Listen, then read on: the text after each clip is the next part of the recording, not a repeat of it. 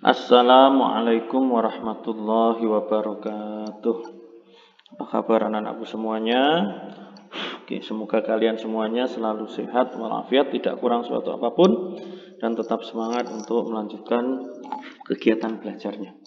Nah, hari ini kita akan mempelajari tentang flora dan fauna di Indonesia. Akan tetapi terlebih dahulu kita akan mempelajari bentuk muka bumi Indonesia, kemudian iklim di Indonesia, penampakan alam di Indonesia, kemudian persebaran flora dan fauna di Indonesia.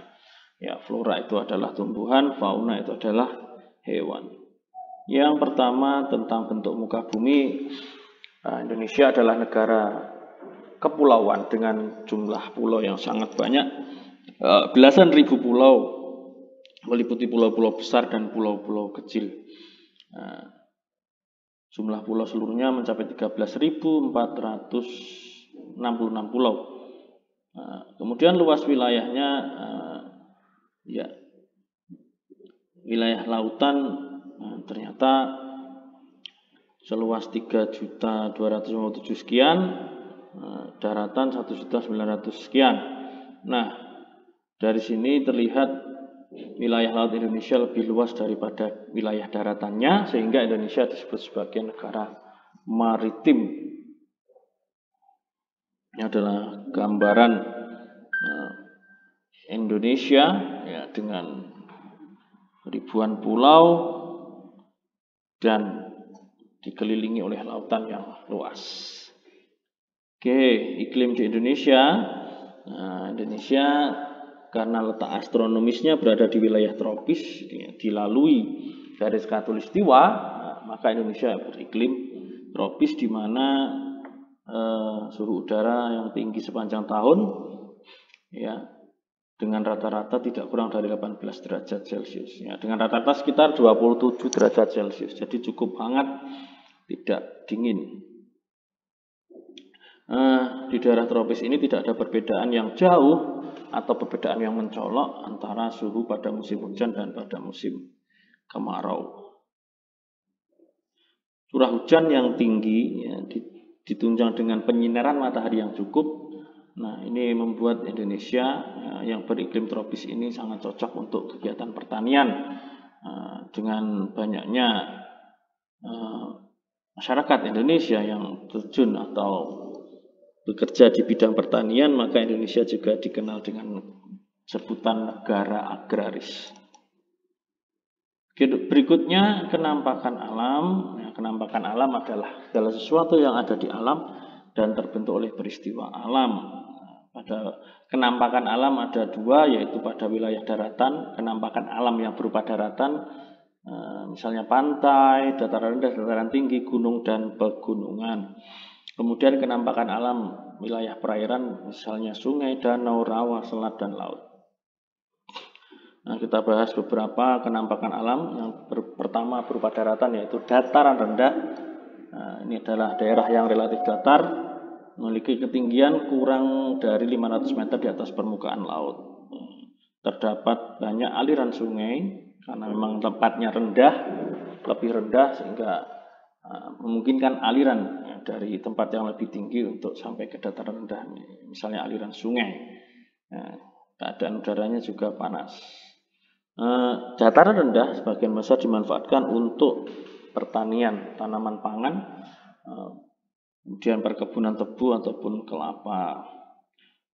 Ini dataran rendah banyak terdapat di sepanjang pulau Sumatera, Jawa, Kalimantan, Sulawesi, Papua, Bali, Nusa Tenggara, dan pulau-pulau kecil.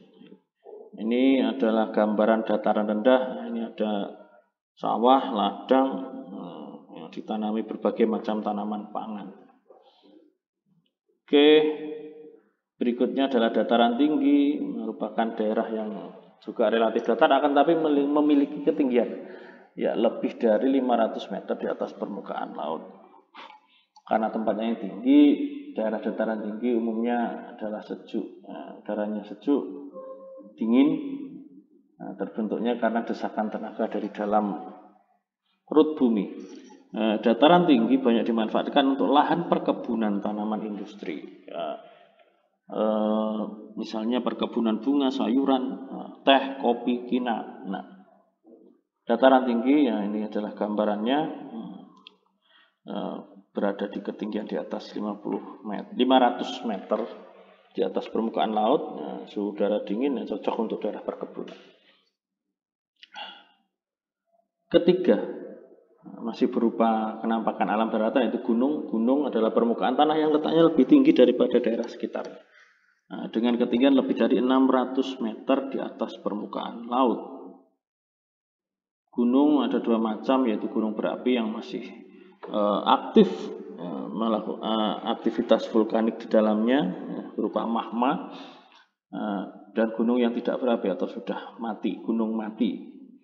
Manfaat gunung antara lain sebagai tempat rekreasi, dapat letusan gunung api dapat menyuburkan tanah. Itu menghasilkan tanah vulkanik yang penuh dengan zat hara yang namanya dapat menyuburkan tanah. Kemudian pasir dari letusan gunung berapi juga dapat digunakan untuk bahan bangunan. Gunung juga sebagai pengatur iklim dan penyimpan air. Magma jika keluar dapat menyebabkan terangkatnya barang tambang ke permukaan bumi. Itu beberapa manfaat dari gunung. Ini adalah gambar dari sebuah gunung, di mana ini ada aktivitas vulkanik di dalamnya mengeluarkan magma. Berikutnya, setelah gunung ada pegunungan, adalah kumpulan atau rangkaian gunung dan bukit yang memanjang. Daerah pegunungan udaranya sejuk, segar. Manfaat pegunungan antara lain untuk perkebunan, desa sayuran, bisa tanaman industri, sebagai tempat peristirahatan, tempat camping atau wisata alam atau edukasi. Kemudian bisa juga sebagai tempat tumbuhnya hutan sebagai daerah perlindungan hewan dan tumbuhan. Ini adalah gambar dari sebuah pegunungan, berupa deretan atau rangkaian gunung dan perbukitan yang memanjang. Yang kelima, kenampakan alam berupa daratan adalah pantai. Pantai adalah daratan di tepi pantai, di tepi laut. Jadi pantai itu adalah bagian daratannya yang berbatasan dengan laut. Yang bagian daratannya itu disebut pantai. Bentuknya ada yang landai dan ada juga yang terjal. Pantai terbentuk antara lain karena pengaruh gerakan air laut, yaitu gelombang pasang, kemudian ada arus air laut.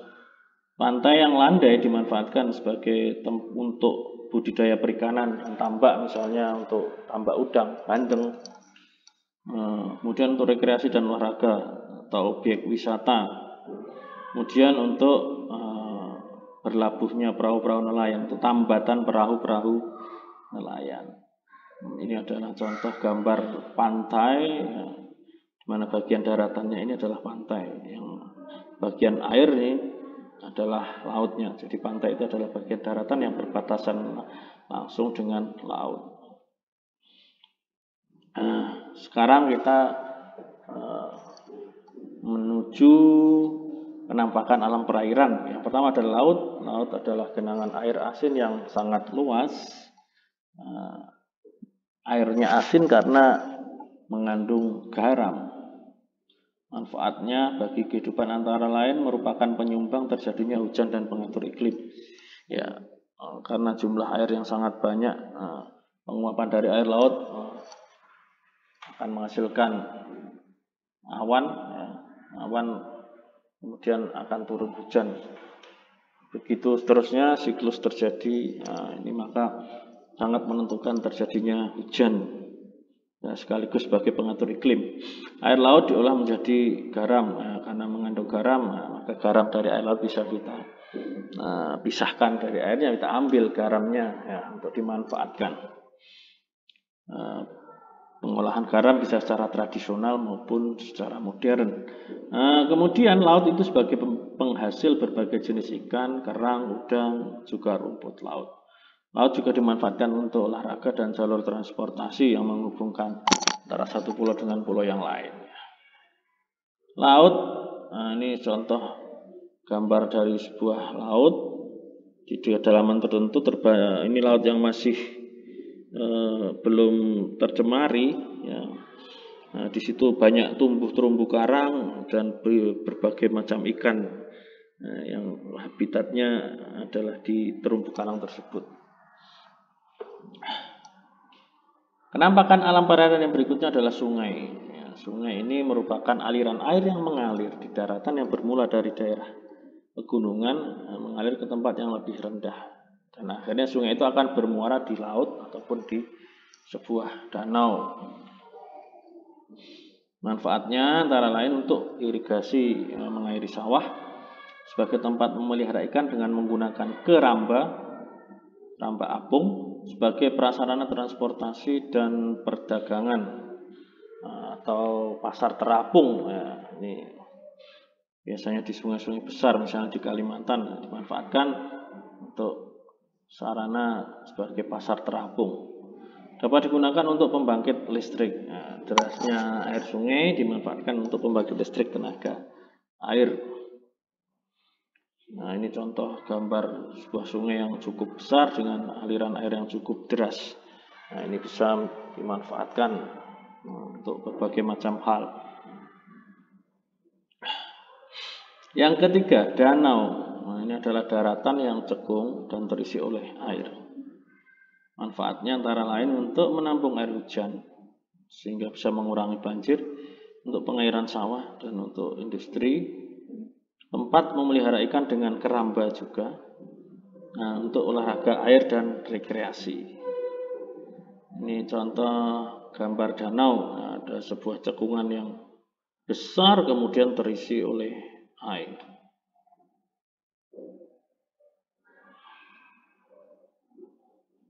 Ya, hal berikutnya adalah persebaran flora dan fauna di Indonesia.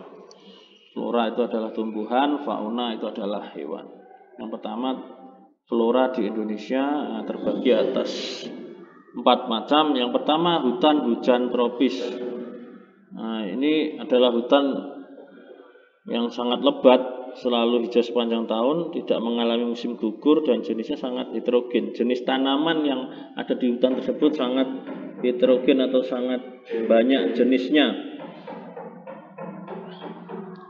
Hutan hujan tropis ini terbentuk karena Indonesia adalah negara yang beriklim tropis dengan curah hujan yang tinggi dan sinar matahari sepanjang tahun.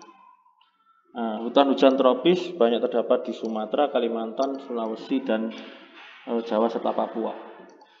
Beberapa jenis flora atau tanamannya adalah kayu meranti, ulin, dan rotan. Nah, ini contoh gambar hutan hujan tropis dengan berbagai macam flora di dalamnya yang cukup lebat. Berikutnya hutan musim. Ini terdapat di daerah yang suhu udaranya tinggi, terletak pada ketinggian 800 sampai 1200 meter di atas permukaan laut. Pohon-pohonnya jarang. Nah, sinar matahari sampai ke tanah, tanahnya tahan kekeringan dan tingginya sekitar 12 sampai 35 meter. Daun dari tanaman di hutan musim selalu gugur pada musim kemarau dan menghijau pada musim hujan. Nah, contohnya adalah jati, kapuk, dan angsana. Ini contoh hutan musim berupa pohon jati yang sedang meranggas atau menggugurkan daunnya di musim kemarau dan akan menghijau lagi tumbuh daun di musim hujan. Berikutnya hutan sabana dan stepa. Nah, merupakan padang rumput yang ditumbuhi pepohonan yang bergerombol. Terdapat di daerah yang mempunyai musim kering lebih panjang dari musim penghujan. Ini contoh padang rumput sabana dan stepa. Banyak terdapat rumput di sana, maka cocok digunakan sebagai tempat penggembalaan hewan ternak. Biasanya di daerah ini terdapat peternakan yang menggembalakan hewan ternaknya di padang rumput sabana dan stepa tersebut. Yang keempat, hutan lumut adalah hutan yang hanya ditumbuhi oleh padang lumut, berada pada ketinggian 1.500 sampai 3.000 meter di atas permukaan laut. Dan daerahnya adalah berudara lembab. Ini berada di daerah gunung atau pegunungan. Contohnya gambar dari hutan lumut. Berikutnya persebaran fauna di Indonesia. Oleh ahli flora dan fauna Alfred Weber dan Wallace membagi wilayah fauna menjadi 3 bagian, yaitu Asiatis, Peralihan, dan Australis. Nah, ketiganya dipisahkan garis Weber dan garis Wallace. Garis Wallace ada digambar oleh Wallace untuk memisahkan habitat fauna tipe peralihan dan tipe Asia. Garis Weber adalah garis yang digambar oleh Weber untuk memisahkan habitat fauna tipe Australia dengan fauna tipe peralihan. Nah, fauna Asiatis, ya ini tersebar di bagian barat Indonesia, meliputi Pulau Sumatera, Kalimantan, Jawa, dan Bali. Nah, fauna Asiatis antara lain gajah, harimau, badak berjumlah 1 maupun 2, monyet, dan lain-lain. Ini contohnya gambar gajah, kemudian ini monyet. Ini adalah fauna tipe Asiatis, fauna Asiatis. Kemudian fauna di Indonesia berikutnya adalah fauna peralihan.